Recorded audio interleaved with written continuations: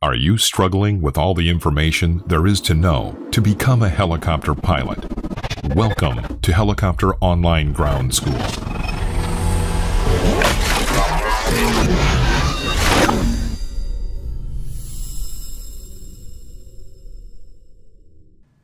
Last but not least, the height velocity diagram.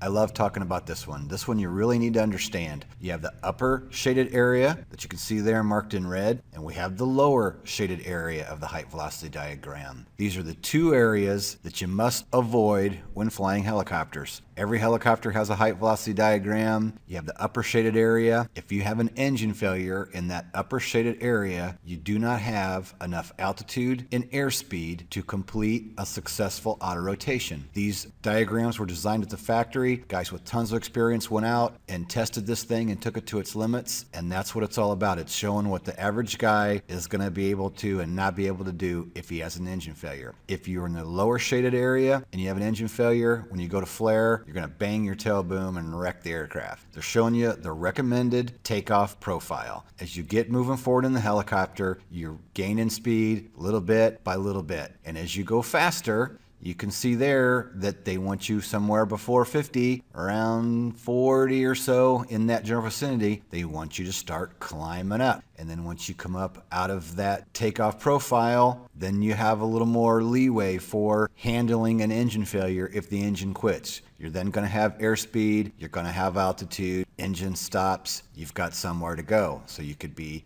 climbing up a little more aggressively maybe if you need to be, or getting up to your cruise altitude for your cruise flight. That's what this diagram's all about. You need to know it, you need to understand it. Examiner's going to ask you about it. He's going to take you to this page, or he's going to have you open up the book and show you this, and that's what you're going to want to explain to him. I don't want to be in either area. The upper shaded area, I do not have enough airspeed and altitude for a successful auto rotation landing. And again, the lower shaded area, if you're going fast and you're close to the ground, when that engine quits, you're going to descend quickly and hit the ground. So you need that altitude with that higher speed so that you can flare and safely land the helicopter. Recommended takeoff profile. It's everything. You should be thinking about this on every single takeoff that you make, because you're using this chart and you're using the height velocity diagram to keep yourself safe. And that's the bottom line. Will you ever operate in those shaded areas? Yes, you probably will. But be thinking about it and try to minimize that time in that area as much as you possibly can.